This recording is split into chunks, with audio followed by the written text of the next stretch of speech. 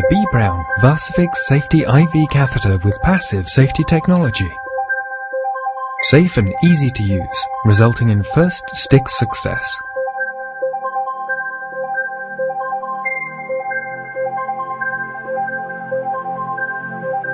B. Brown's proprietary universal bevel on the Varsifix Safety IV Catheter is a super sharp needle that provides flexibility of insertion angles.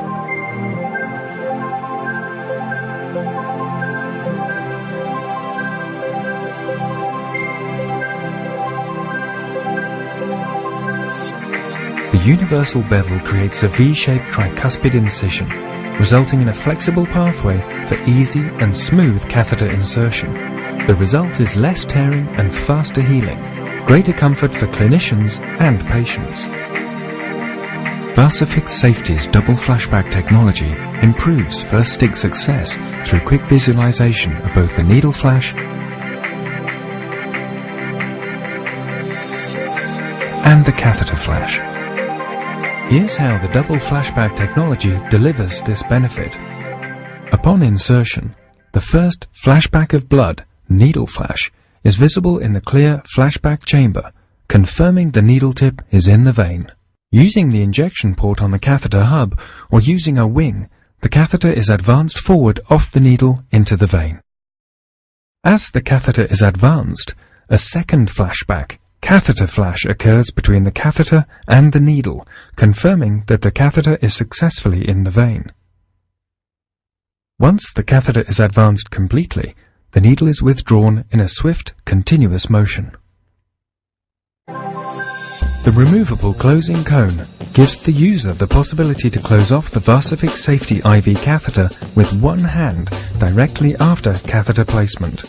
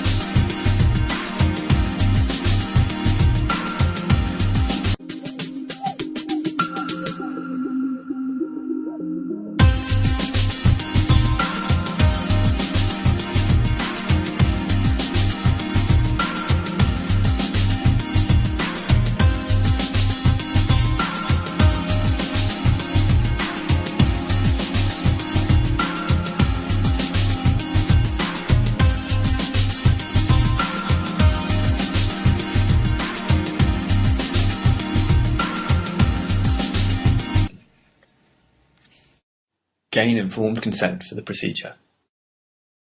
Next, prepare your patient by selecting an appropriate arm and placing it on an absorbent sheet. Next, tie your tourniquet approximately 3 to 5 inches above where you plan to insert your cannula. The tourniquet should be tied so that it is easily releasable, like so. Select an appropriate vein. The vein should be as large and as straight as possible. Bend the wrist and pull the skin tight over the knuckle to straighten and anchor the vein. Choose an appropriate entry point. If possible, try to avoid the length of the cannula crossing the joint. Hold the cannula firmly, using your index and middle finger on the wings and your thumb on the back of the cannula to control the needle. Clean the area of skin in a cross-hatched pattern. Insert the tip of the cannula at an acute angle, straighten and advance a few millimeters. Keep the skin tight to anchor the vein. Gently advance the stellate of the cannula. Again, close up. Warn the patient of a sharp scratch on insertion.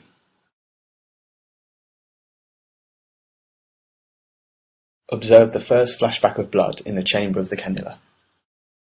Retain the tension of the skin.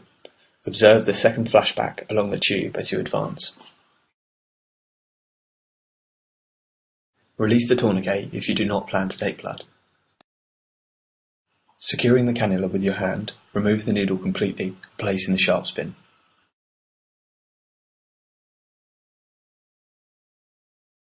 When taking blood, occlude the vein with your middle finger and stabilize the cannula with your thumb or index finger. Attach the adapter and blood bottle to take the blood sample, making sure to stabilize the cannula. Aspirate the blood slowly. Release the tourniquet. Holding the cannula securely again, occlude the vein. Raise the arm to ensure there is no blood loss.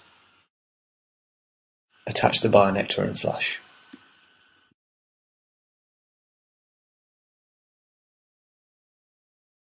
Gently inject the flush, making sure there is no swellings or pain around the site as you do this.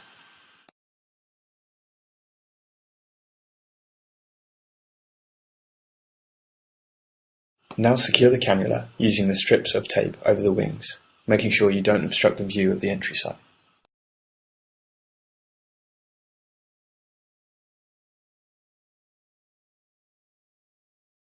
Place the rest of the dressing over the cannula, making sure the entry site is visible through the clear window.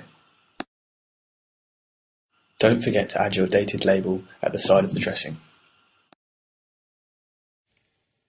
Finally, clip the end of the bionector so that it is neat and secure. Wash your hands and thank the patient, making sure the flush is prescribed and the procedure is documented in the patient's notes. Superficial veins are displaced easily and need to be stabilized. Use your non-dominant hand to apply traction to the skin distal to the venipuncture site. If the catheter is placed in the dorsum of the hand, grasp the patient's hand with your non-dominant hand, fingers beneath the palm.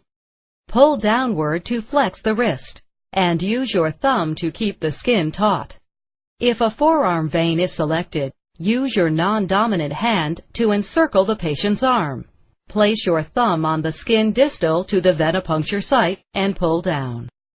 Regardless of the venipuncture site, always maintain a firm grip on the patient's hand throughout the procedure. With your dominant hand, insert the metal needle bevel up at a 5 to 30 degree angle through the skin and into the vein. The angle used to approach the vein is dependent on the depth of the vein. A lesser angle is required for superficial veins. Do not insert the catheter too deeply, as this risks penetrating the far wall of the vein. When the catheter enters the vein lumen, watch for the initial flashback of blood, which will slowly fill the catheter chamber. Once the metal needle and plastic cannula are in the lumen, lower the catheter so that it is almost parallel to the skin. Hold the end of the catheter with the thumb and index finger of your dominant hand.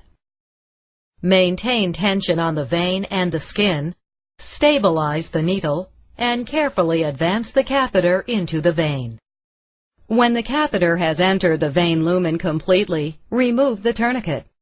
To prevent blood loss from the open plastic cannula hub when the metal needle is removed, place direct pressure over the vein proximal to the end of the catheter, and place a gauze pad beneath the cannula hub.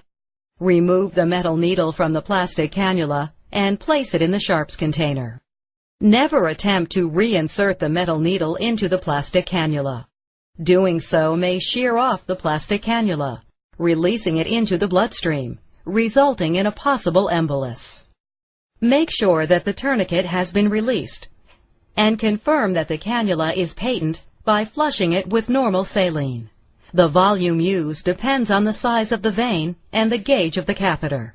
Check that there is no swelling, redness, leakage, or discomfort around the insertion site. Attach the intravenous fluid tubing to the cannula and start the fluid infusion. Ideally, you should secure the cannula with a transparent occlusive dressing placed over the cannula hub. Confirm that the hub of the cannula is clearly visible through the dressing to facilitate monitoring. After securing the cannula with tape, loop the intravenous tubing and secure it away from the insertion site. Looping the tubing may prevent accidental displacement of the cannula, decrease cannula manipulation, and lower the risk of venous contamination or irritation. It is recommended that you write the date of insertion on the dressing to facilitate determining how long the cannula has been in place. To reduce the risk of infection, continue to review the indications for peripheral intravenous catheterization and remove the cannula as soon as possible. Blood might flash back into the chamber if the tip of the needle has entered the lumen, but the cannula has not yet entered the vessel lumen itself. This problem can be avoided by reducing the angle of the catheter and advancing the needle a few more millimeters into the vein. A valve within the vein may prevent advancement of an inserted catheter. If this occurs, hold the cannula hub in place, remove the tourniquet, and connect the intravenous tubing to the cannula. Running fluid into the vein may open the valve and allow the cannula to be completely inserted. Occasionally, it is possible to advance the catheter when it is outside the vein or when the catheter has perforated the vein's opposite wall. Either of these situations can cause pain and swelling at the insertion site because the intravenous fluids are administered into subcutaneous tissue. When this occurs, the cannula should be withdrawn completely and another cannula should be placed